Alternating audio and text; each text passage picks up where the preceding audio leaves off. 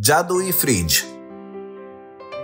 कानपूर नावाच्या गावात विशाल आणि बबिता नावाचे नवरा बायको राहत होते. त्यांचा एक मुलगा होता, त्याचे नाव सोनू होते. विशाल रिक्षा चालवून घर चालवत होता. सोनू दररोज गावातून जात असताना रस्त्यावरील आईस गोळ्याचा ठेला, चाटचा ठेला बघत जायचा. दुसरे मूल खात राहायचे तर बेचारा सोनू त्यांना बघत बसायचा. त्यामुळे त्याला सुद्धा खायची आवड निर्माण झाली. पण आपल्या घरची अवस्था त्याला माहीत असल्यामुळे मी हे नाही खाऊ शकत.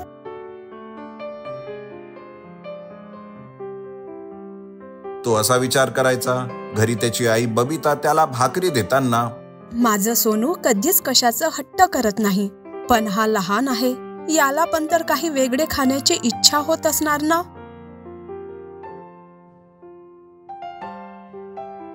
मले माहित आहे ना व, तो आपल्या अवस्थेला समजते, म्हणूनच तर बेचारा तोंडातून एकही आवाज काढत नाही. मी दररोज त्याच्यासाठी काही ना काही घेऊन जायचा विचार करतो, पण जेव्हा स्वतःकडे बघतो तेव्हा काहीच घेत नाही. आणि एक सांगू का तुले, आपल्याला एवढा चांगला मुलगा मिळाला ही तर देवाची कृपा आहे ना. एके दिवशी एक व्यक्ती त्यांच्या घरी आला. अरे बाळा, घरी कोणी मोठा व्यक्ती आहे का तुझ्या? आई आणि बाबा कामाला गेले आहेत. मला सांगा, तुम्हाला काय पाहिजे? अरे बाळा, मी वेगवेगळे गाव फिरत राहतो. आता मी तुमच्या गावाला फिरायला आलो आहे. मला खूप भूक लागली आहे. काही घरी गेलो होतो पण कुणीच मला खायला दिलं नाही. मला वाटले की एकदा तुमच्या घरी विचारून पाहावं, पण तू सांगत आहेस का घरी कोणीच नाही आहे म्हणून. बरं ठीक आहे, जातो मी दुसरीकडे बघतो कुठेतरी. त्यांचे बोलणे सोनूला तेवढे समजले नाही, पण भूक आणि जेवण हे सोनूला समजले. अरे, घरी कुणी नसले म्हणून काय झाले? आईने माझ्यासाठी भाकरी बनविल्या आहेत. तुम्ही म्हणत आहात की सगळीकडे जाऊन झाले, मग या आणि खाऊन घ्या. मग सोनूने त्याला जेवण करायला दिले. तो व्यक्ती जेवण केल्यानंतर एका देवाच्या रूपात बदलला. सोनू नवलाने त्याकडे बघू लागला.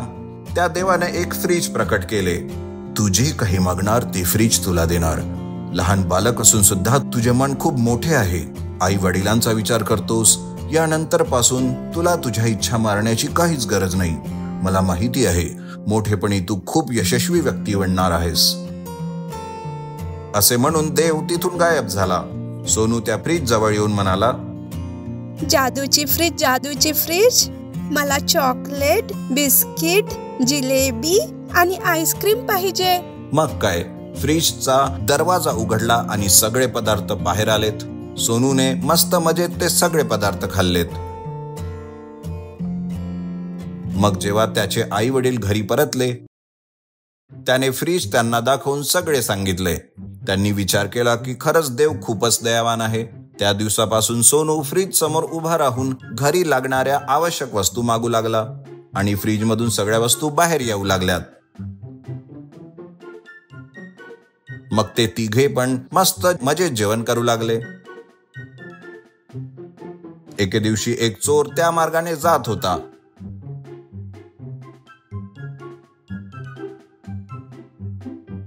त्याने खिडकीमधून बघितले. त्याने बघितले की फ्रीज मधून जेवण बाहेर येत आहे.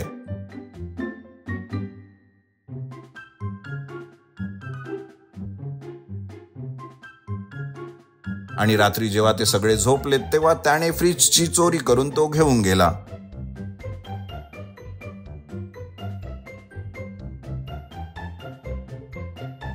आणि आपल्या गुहेत ठेवून आपल्या साथीदाराला म्हणाला, अबे तुम्ही सगळे मला शिवा द्यायचे ना की मी तुम्हाला बरोबर जेवण नाही देत म्हणून. आता मी तुमच्यासाठी हे फ्रीज घेऊन आलोय.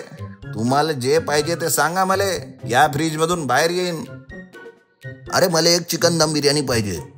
मला एक व्हॅनिला आईस्क्रीम पाहिजे. मला तर बाबा पराठे आणि मटन खिमास पाहिजे. त्याच वेळेत फ्रीजचा दरवाजा उघडला. सगळे त्याकडे आषाढभूत नजरेने पाहू लागले. पण त्या फ्रीज मधून धूर निघू लागला.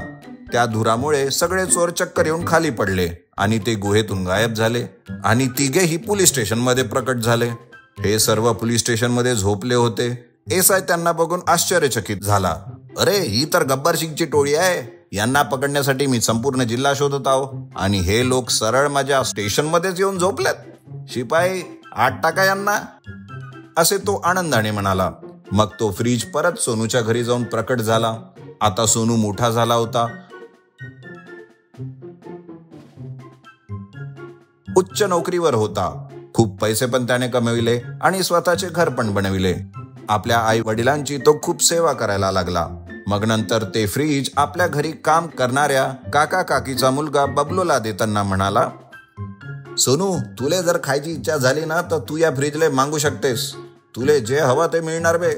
मला माहित आहे की जीवनात खूप नाव कमावणार आहेस तू.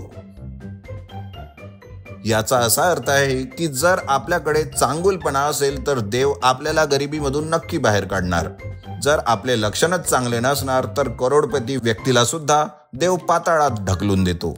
समजले ना मित्रांनो?